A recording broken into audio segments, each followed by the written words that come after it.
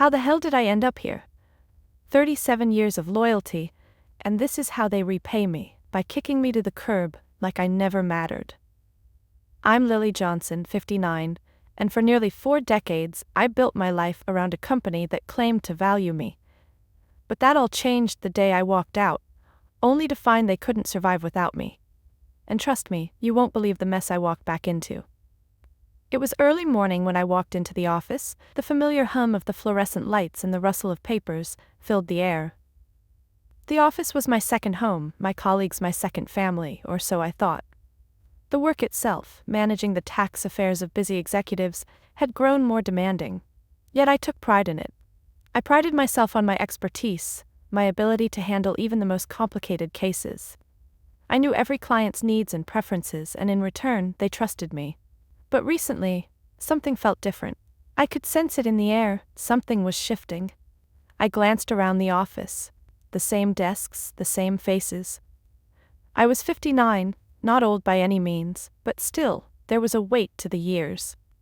I could feel the younger employees glancing at me with varying degrees of curiosity or discomfort. They saw me as the old guard, someone who had been there for decades but wasn't a part of their new world of fast-paced, cutthroat corporate culture. The younger ones didn't understand the long nights I'd spent, the overtime hours I had put in to make sure everything was perfect for the clients. But I couldn't afford to show any sign of weakness. I had to prove that I was just as sharp, just as capable, even if I wasn't as enthusiastic as I had been all those years ago. "Good morning, Lily," a voice interrupted my thoughts. It was Tom, 7 years my junior, and head of the tax department. He gave me a stiff smile, his demeanor more distant than usual. Tom had been polite when he first joined the company, eager to learn from me, but everything changed when he got promoted. His tone had become more condescending, his instructions more curt, and there was an underlying edge to his words that made my skin crawl. "Good morning, Tom," I replied, trying to keep my voice steady. Inside, I felt a flutter of unease. Was this just a phase, or was something bigger brewing beneath the surface? I wasn't sure, but the feeling gnawed at me. I sat down at my desk, pushing aside the stack of files that awaited my attention. As I opened the first file, I couldn't help but think about the conversation I had had with Emily just the day before. Emily, Tom's assistant, had a way of making me feel like I didn't belong. She was younger, faster, more modern in her approach. She had been making snide remarks about my work habits lately, as if my decades of experience meant nothing compared to her efficiency in getting things done quickly, even if it meant cutting corners. Was it just me, or was the whole office changing? The dynamic was shifting in ways I couldn't fully grasp. I could feel my chest tightening, and for a moment, I was overwhelmed with doubt. Was I really slowing down, or was the company simply outgrowing me? I glanced at my computer screen, the endless emails from clients, all needing my attention. Was this my life now? Was I just an old relic in a company that no longer had any place for me? But before I could delve deeper into my thoughts, I heard Tom's voice again, this time from across the room. "You need to get these reports to me by the end of the day, Lily. The clients won't wait." His words struck me like a slap. I looked up, meeting his eyes. "Of course, Tom, I'll get them done," I said, my voice calm but my heart racing. The harshness in his voice, the dismissive tone, it was becoming harder and harder to ignore. This wasn't the Tom I had mentored, the one I had once seen potential in. It was as if I were now invisible to him, a relic of the past. I could feel the coldness in the air whenever he spoke to me, the tension that hung like a thick fog. Something was definitely wrong, but I wasn't sure how to confront it. And that's when I realized it. The company was changing, and so was I. But what was I supposed to do about it? How was I supposed to navigate this shift when the very people I had once trusted were turning against me? The uneasy feeling in my stomach deepened. What had happened to the company I had loved? Was it just a place where I was destined to fade into the background, or was there still a fight left in me? It was clear that the next chapter of my career was about to unfold, but I wasn't sure if I was ready for it. The tension in the office had become palpable, suffocating even. It wasn't just the physical environment. The same fluorescent lights, the same buzzing printers, the same worn-out coffee machine in the corner. No, it was something deeper, something insidious. It was the way people looked at me now, the way they spoke to me. There was a subtle shift in the air, as if the very ground beneath my feet was starting to erode. Tom's behavior had changed drastically over the past few months. His promotion had made him more distant, more authoritative in a way that felt unnatural, as though he had been given permission to wield power without knowing how to handle it. The polite, eager-to-learn Tom I had known seemed to disappear overnight, replaced by someone who seemed to relish in reminding others of their place, especially mine. It was as if he had forgotten the hours I had spent helping him, guiding him, and now all I saw was someone who reveled in being superior. But what hurt the most was Emily. She had always been a bit ambitious, but now it felt like she was taking it to another level. She had begun to align herself with Tom, to join in his criticisms, his underhanded tactics. It was hard not to notice how she would often whisper behind my back, or how her smile had changed, once polite and warm, now tight and calculating. I could almost feel the disdain radiating off her whenever she walked past my desk. The most painful part? I had always been one to stay quiet, to keep my head down and work hard. That had always been my way, but now that seemed to no longer be enough. I could feel their eyes on me, their sharp glances filled with judgment. It was as if my years of experience, my loyalty, no longer mattered. They didn't see me as a mentor or a colleague anymore. To them, I was an obstacle, an old relic who needed to be removed for the new, more efficient world they were building. One afternoon, the pressure finally reached a boiling point. It was just another typical day of rushing to meet deadlines, of doing Tom's work, of answering emails and making sure every detail was perfect for the clients. But this time, it felt different. My mind was racing, my heart pounding in my chest. The phone rang incessantly, each call a reminder of how much I had to do, how little time I had. Tom had given me another pile of files, a stack that seemed to grow higher with every passing minute.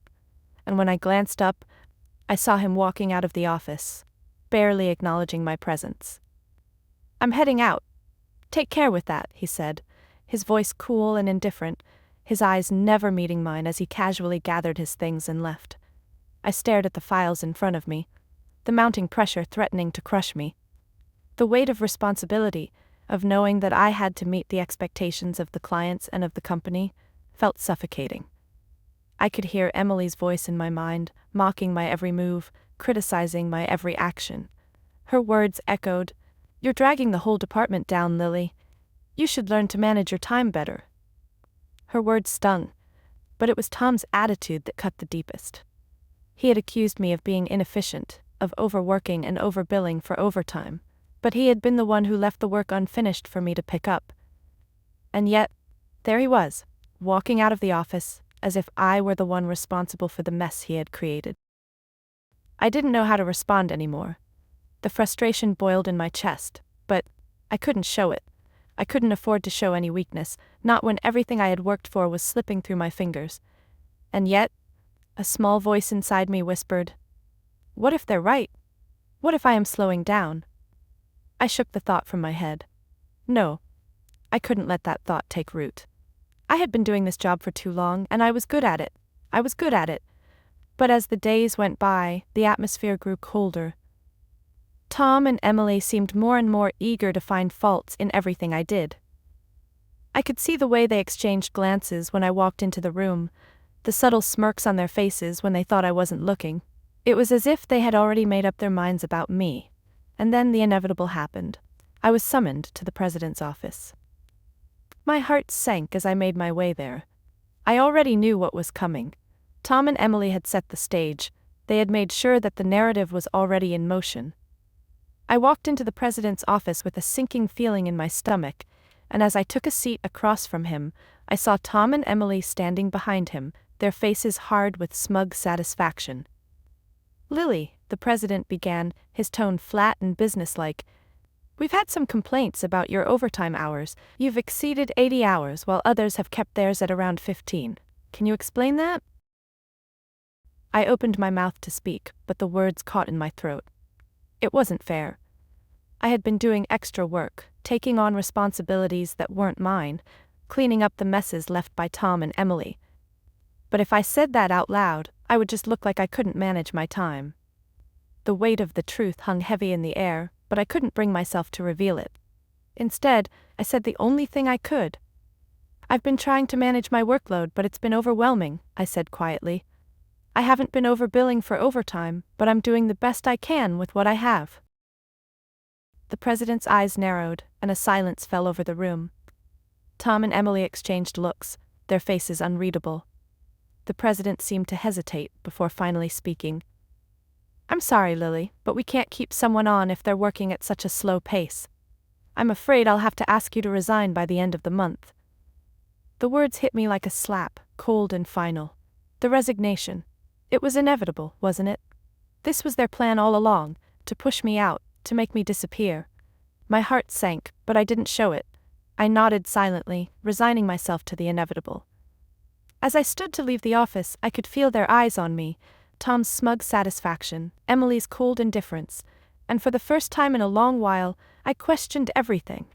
Was this the end of my story, or was this just the beginning of something much harder? The decision to ask for my resignation was like a weight pressing down on my chest, a suffocating heaviness that grew with each passing day. The president's words echoed in my mind as I walked back to my desk, trying to gather my thoughts, trying to make sense of it all. I had spent 37 years of my life dedicated to this company.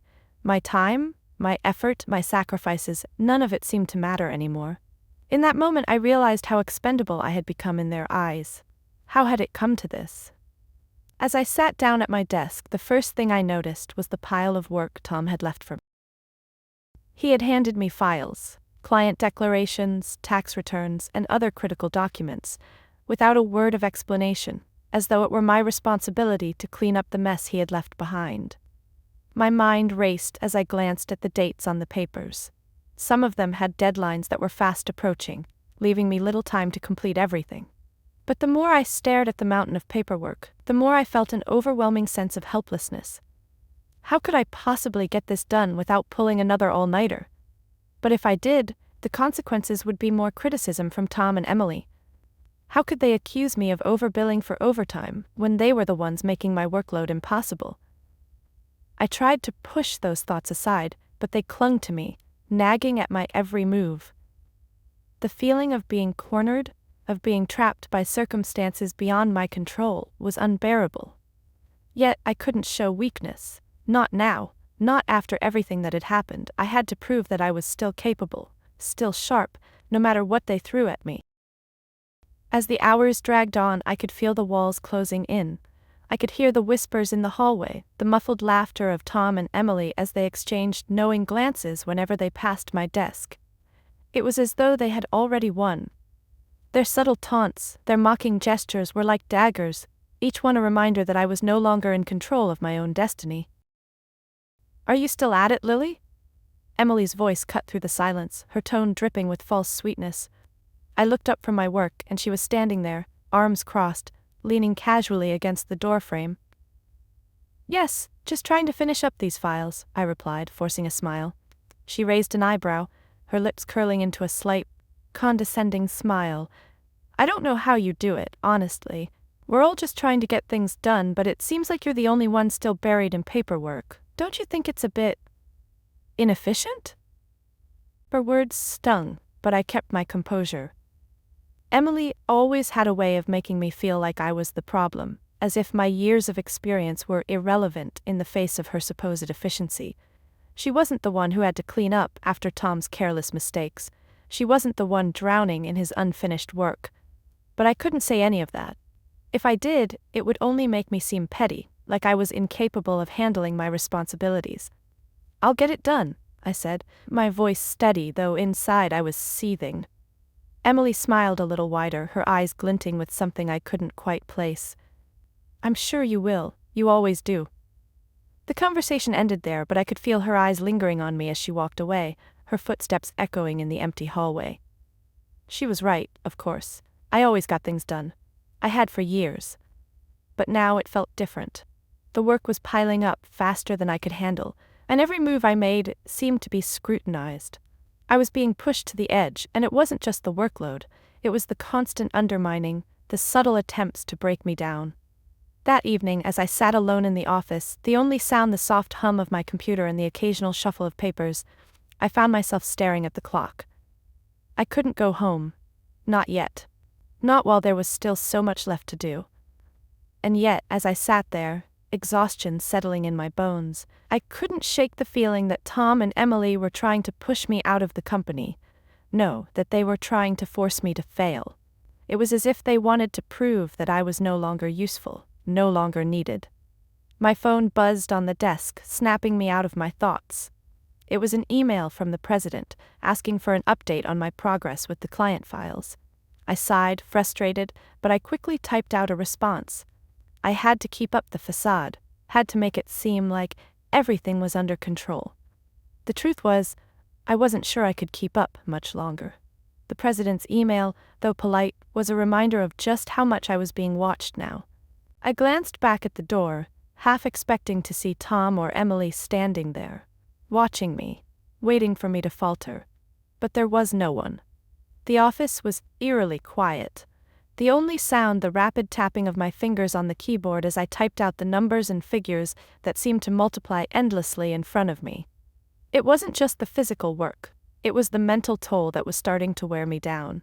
The harassment from Tom and Emily, the constant questioning of my abilities, the weight of their expectations, it was all beginning to feel like too much. I had always been strong, always carried the burden without complaint, but now I wasn't so sure anymore. The realization hit me hard, and as I sat there, alone in the office, I couldn't help but wonder, was this all I had left? Was I going to let them push me out without a fight? I didn't know the answer, but what I did know was this. It wasn't over yet. Tom and Emily might have thought they had won, but they hadn't seen the full picture. And I wasn't about to let them take everything from me. Not without a fight. The days that followed felt like an endless blur. The weight of my impending resignation hung over me like a dark cloud, threatening to crush me at any moment. Each morning, I walked into the office with a tight smile, pretending that nothing had changed. Though deep down, everything was different. Tom and Emily's smug expressions were a constant reminder of the situation I was in. It was as if they had orchestrated everything, planned it all out in some cruel game of corporate chess. I could feel their eyes on me as I passed by, the silent judgment in their gazes, a sharp contrast to the polite smiles they offered to others. The days seemed to pass in a haze of paperwork, phone calls, and half-hearted interactions with colleagues. It was the same routine I had followed for years, but now it felt hollow, like I was going through the motions without truly being a part of anything anymore. The company I had once loved, the place where I had built my career, now felt alien to me. It wasn't just the changing leadership or the coldness of Tom and Emily, it was the realization that I no longer fit into this world. It had become something I no longer recognized, something that had no place for someone like me. One morning as I sat at my desk, the phone rang again.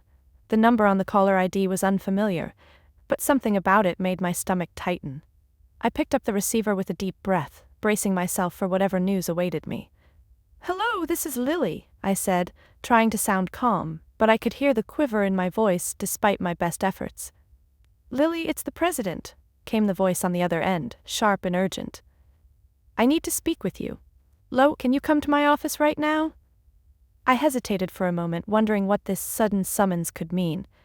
It had been a few days since our last meeting, and I had already resigned myself to the fact that my time at the company was drawing to a close. The president's tone, however, sounded different, more pressing, more concerned. Was he calling me to finalize my resignation, or was there something else going on? I stood up, the weight of the decision settling over me once again.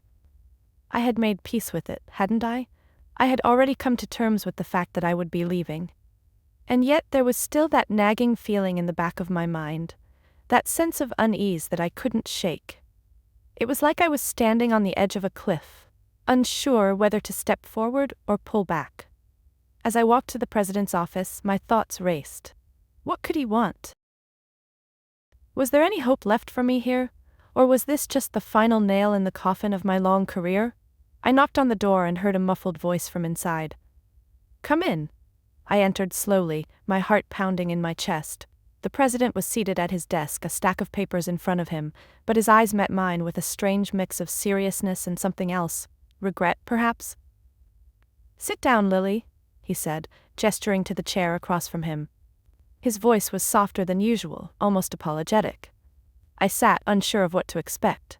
The tension in the room was thick, and I couldn't help but feel a sense of finality in the air. Everything was coming to a head now. "I've been thinking about our last conversation," the president began, his voice steady but laced with an underlying tone of concern. "I'm aware of the circumstances surrounding your resignation, and I have to admit I wasn't fully aware of the entire situation.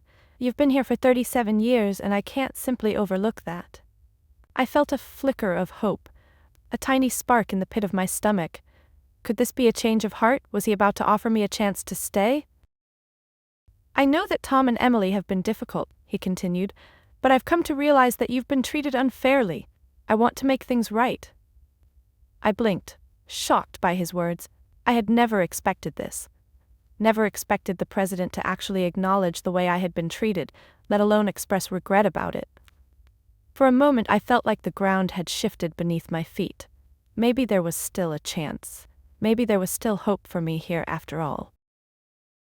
"Lily, I need you to know that I understand the pressure you've been under.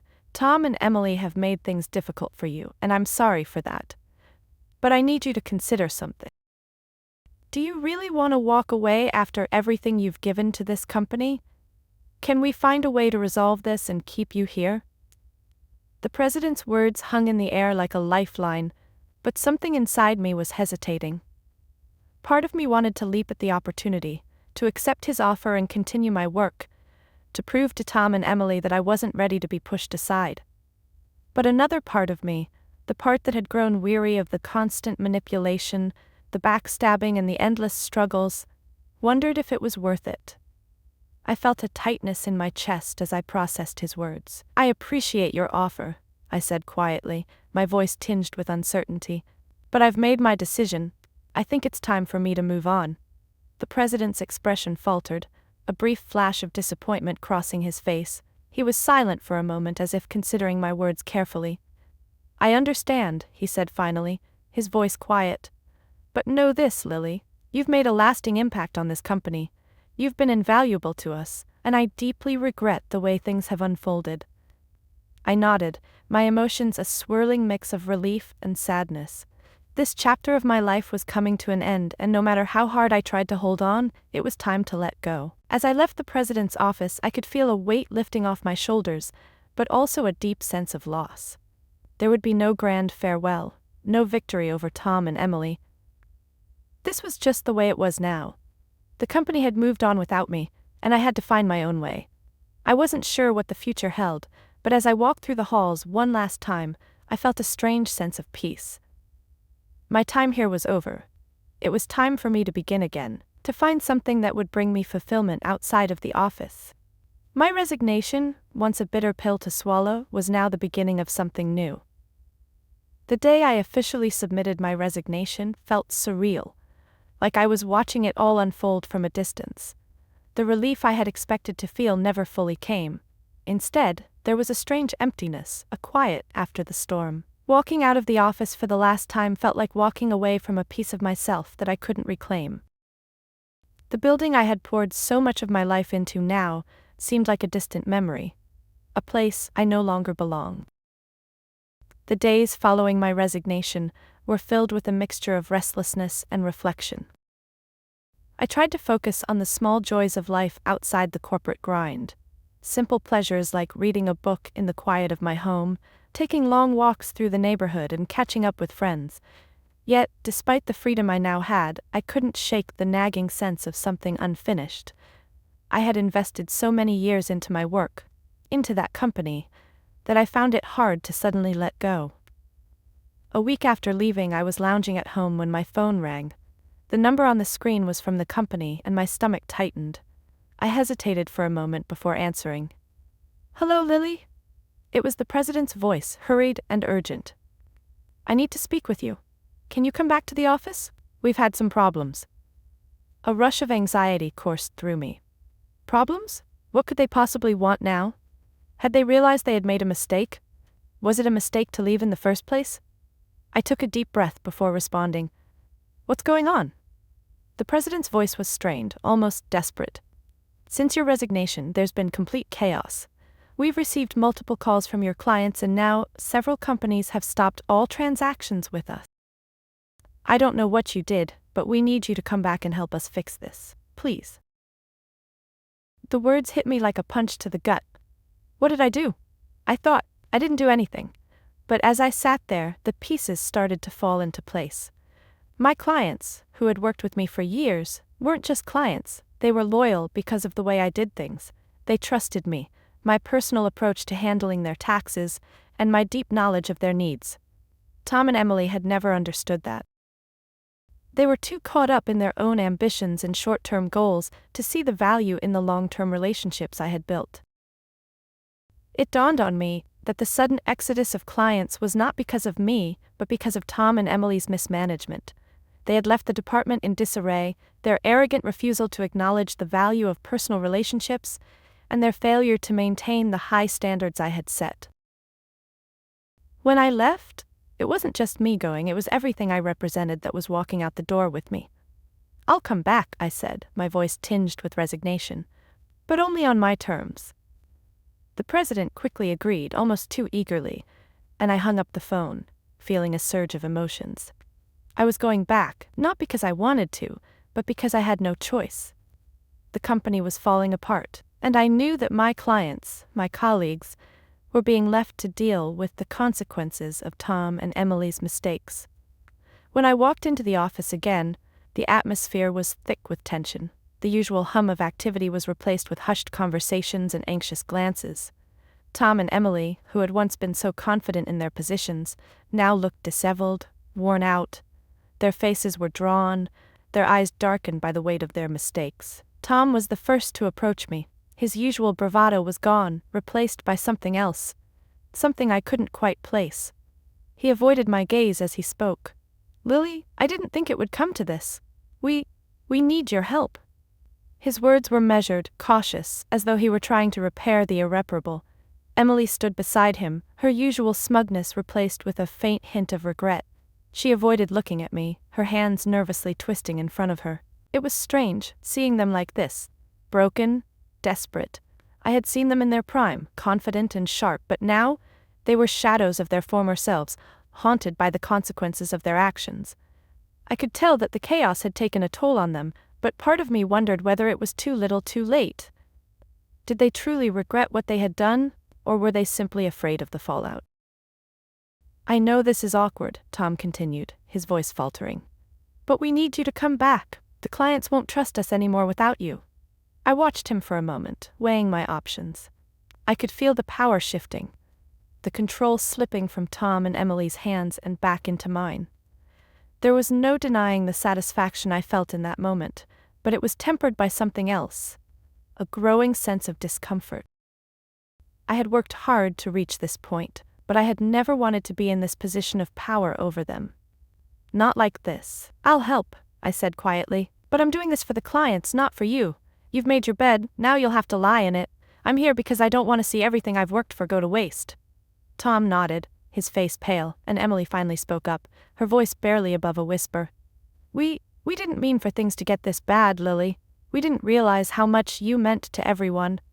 I'm sorry." Her apology seemed half-hearted, and I wasn't sure whether I could trust it. But for now, I had no choice. I had my clients to think about, and if stepping back into this toxic environment was the only way to keep them from being lost to the chaos, then that's what I would do. But this time, things would be different. I wasn't going to let Tom and Emily manipulate me anymore. I was going to take control of my own destiny, even if it meant staying in the company long enough to repair the damage they had done, and then leave once and for all, with my head held high. The consequences of my resignation were clear now. I had to fix the mess, but I wasn't going to let it define me. I had to be the one to walk away on my own terms, even if it meant confronting the people who had tried to tear me down. I spent the next few days back at the office, navigating the mess Tom and Emily had created. The atmosphere was thick with a sense of defeat, but there was also a strange tension. as if everyone knew things couldn't stay as they were. Tom and Emily, who had once looked down on me, now seemed to regard me with a mixture of fear and reluctant respect. They were trying to salvage what they could, but it was clear to me that the foundation they had built was shaky. I had spent decades building relationships with clients, understanding their needs, and maintaining trust. But that trust had been eroded in a matter of weeks, and I had a difficult task ahead of me to repair it. I started with the clients I knew best. The ones who had called the company after my departure, the ones who had made it clear they were ready to leave. My approach was simple: honesty and transparency. I called them personally, explained the situation, and assured them that I was doing everything I could to fix the issues. There were no empty promises, no attempts to cover up the mistakes. I told them the truth, and to my surprise, many of them were willing to give the company another chance. My chance. However, the more I worked with them, the clearer it became that Tom and Emily had made a mess far beyond just losing clients. The paperwork was incomplete, the financial reports were outdated, and there were discrepancies in the tax filings. It was like they had never bothered to follow through on anything, just getting through the day, without any regard for the long-term consequences. It was as if they had been living in a bubble, unbothered by the responsibility that came with their positions. The worst part, though, was the realization that they hadn't just failed to do their jobs properly, they had been sabotaging the team around them. There were whispers among the other employees, stories about how Tom had been pushing work onto his subordinates, criticizing them for things that weren't their fault, and even taking credit for work that wasn't his own. Emily, too, had been playing the same game, acting like the dutiful assistant, but using her position to gain favor with Tom, even at the cost of others. It wasn't until I had access to their files that I saw just how deep the corruption went.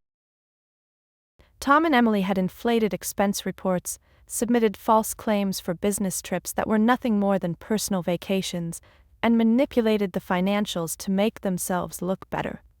They had been skimming from the company for months, if not longer. The truth hit me like a ton of bricks. They weren't just bad at their jobs, they had been actively exploiting the system and taking advantage of the company and its employees. I knew that I couldn't let this slide. The damage they had caused wasn't just limited to their mistakes with the clients, it went deeper. They had been compromising the integrity of the company, and I had to bring this to light no matter the cost. It was a difficult decision. I had always prided myself on maintaining a professional demeanor, on staying out of office politics. But I couldn't ignore the truth any longer. This wasn't just about me anymore. It was about the company, the employees who had been left in the wake of Tom and Emily's manipulation, and the clients who had trusted us. One afternoon, I asked the president to meet with me. I had gathered all the evidence I could find: expense reports, emails, and financial documents that proved Tom and Emily's wrongdoing. I walked into his office, a sense of purpose driving my every step. "Lily, what's this about?" the president asked, his tone cautious but curious.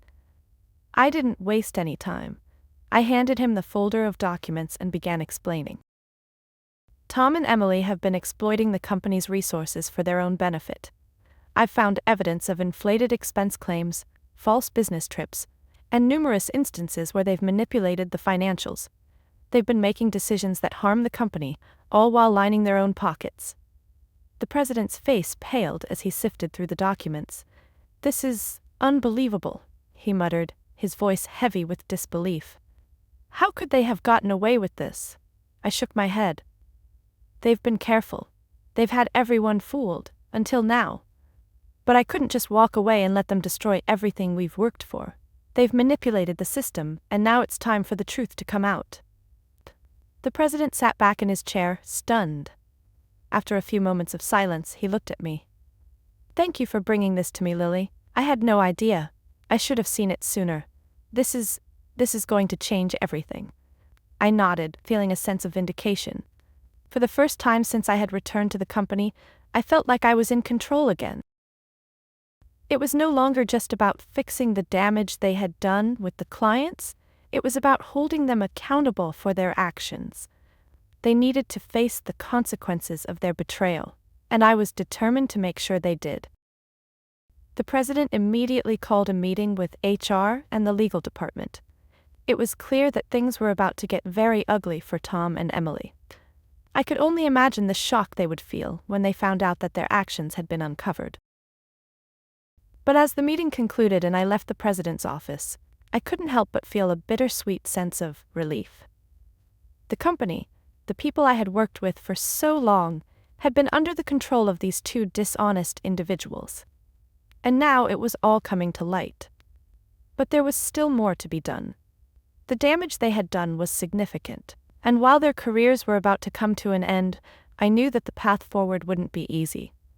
The company would need time to rebuild, and so would I. But one thing was certain: I wasn't going to let Tom and Emily get away with their lies any longer. Their time was up. The truth had finally been revealed, and now it was my turn to make sure they faced the consequences. The days following the revelation were a whirlwind. The president, visibly shaken by the extent of Tom and Emily's actions, took immediate steps to address the situation. Investigations were launched, and the legal team was brought in to review the evidence I had provided. The atmosphere in the office, once tense and uncertain, now buzzed with a sense of impending change.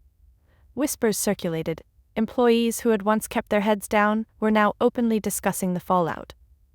Some were relieved, while others feared for their own jobs, uncertain of what would happen next. Tom and Emily were called into the president's office separately, their faces pale, their usual smug expressions replaced by nervous glances. The moment I had waited for had finally arrived. I could only imagine the dread they felt, the realization that everything they had worked for was about to come crashing down. It wasn't long before the inevitable happened. A company-wide meeting was called, and the president, with a grave look on his face, addressed the employees. "Today, I have difficult news to share," he began, his voice steady but filled with regret. "We've uncovered a series of violations within the tax department.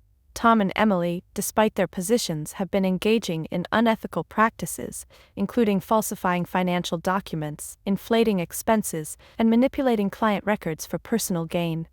Effective immediately, they will be relieved of their duties, and we are conducting a full audit of their actions."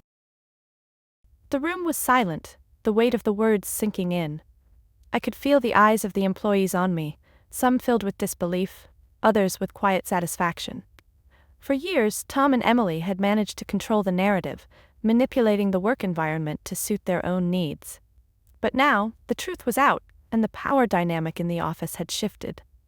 Tom and Emily, both visibly shaken, were escorted out of the building that same afternoon. I watched them go, their faces pale, their shoulders hunched. They no longer had the arrogant confidence they once did. They were nothing more than employees who had crossed the line, who had exploited their positions for their own benefit, and now they had to face the consequences. It was strange, almost surreal, to see them leave like that. These were people who had once made my life a living hell, who had tried to push me out, and now they were nothing more than a cautionary tale. As I sat at my desk the following morning, processing everything that had unfolded, I couldn't help but feel a sense of mixed emotions. Part of me was vindicated, finally knowing that the truth had come out, and that Tom and Emily were being held accountable for their actions. But another part of me felt a sense of emptiness. The company I had worked for so long had been tainted by their dishonesty, and now it felt like there was nothing left to hold on to. The president called me into his office later that day, a serious expression on his face. "Lily, I want to apologize again for what happened," he said as soon as I entered. "I should have seen the signs earlier. We've been under your shadow for too long, and I failed to realize how much you were carrying for this company. You've been a part of this place for so long, and I want to make it right." I could tell he genuinely meant it, and his apology, though late, did feel somewhat sincere. But there was no denying the fact that the damage had already been done. The company had changed in ways that couldn't be undone. The trust that had once existed between me and the leadership had been shattered, and no apology could fix that. "You've done more for this company than I could ever thank you for," he continued, his voice softening. "I want to offer you something, an opportunity to take on a higher position, if to be part of the rebuilding process. We need someone with your experience to help us move forward. The offer hung in the air, tempting in its own way. It was everything I had worked for. A chance to rise to the top, to finally be recognized for the value I had always brought to the company. But deep down I knew the truth. I had already made my decision. The company, for all its flaws, had become a place where I no longer belonged. I had no desire to return to the very environment that had pushed me to the edge. I appreciate the offer, I said, my voice steady, but I've already decided. I'm leaving. The president looked at me, a mixture of disappointment and understanding in his eyes. I understand, Lily, I can't blame you, but please know that you'll always have a place here if you change your mind. I nodded, but I didn't feel the pull to stay. The office, the clients, the work, it had all been part of a life that was now behind me. I had given the best years of my career to that company, but now it was time to move forward. As I walked out of the president's office for the last time, I felt a sense of clarity. The future, though uncertain, was mine to shape. I didn't need to be tied to a company that no longer valued me. I didn't need to be part of a system that had failed me. I had made my peace with it all. I was done. But my journey wasn't over. The lessons I had learned, the resilience, the strength, the ability to stand up for myself, those were things I would carry with me as I moved on. I wasn't going to disappear into the background. I was going to make something new for myself, something that didn't involve the compromises I had been forced to make over the years. In the days that followed, I considered my options. There was always the possibility of starting my own firm, working with clients on my own terms, without the constraints of corporate bureaucracy. I had the knowledge, the experience, and the clients who still trusted me. It was time to build something that truly represented me. And so, with a sense of purpose and anticipation, I began to take the first steps toward my new future. It wasn't going to be easy, but I was ready. My second life had already begun. And this time, I was in control. The first few weeks after leaving the company were a whirlwind of emotions. I spent my days reflecting on the years I had spent there, on the moments of triumph, the quiet victories, and most importantly, the lessons I had learned. The company, with all its flaws and disappointments, had shaped me. But I knew now that I had outgrown it. I had given so much of myself to that place, and for a long time, it had felt like my only identity. But walking away, I realized that there was more to me than just my work in that corporate world. There was a life waiting for me outside the office, one where I could finally be free from the toxic dynamics that had been wearing me down. I began to consider my next steps, and as I thought about it, one thing became clear. I wasn't done with the world of tax and accounting, not by a long shot. But I no longer wanted to be just another cog in the machine. I wanted to work on my own terms, and with clients I trusted and respected.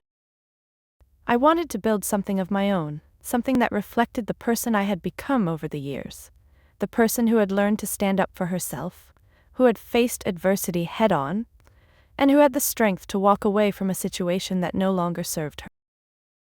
Starting my own firm seemed like the most natural next step.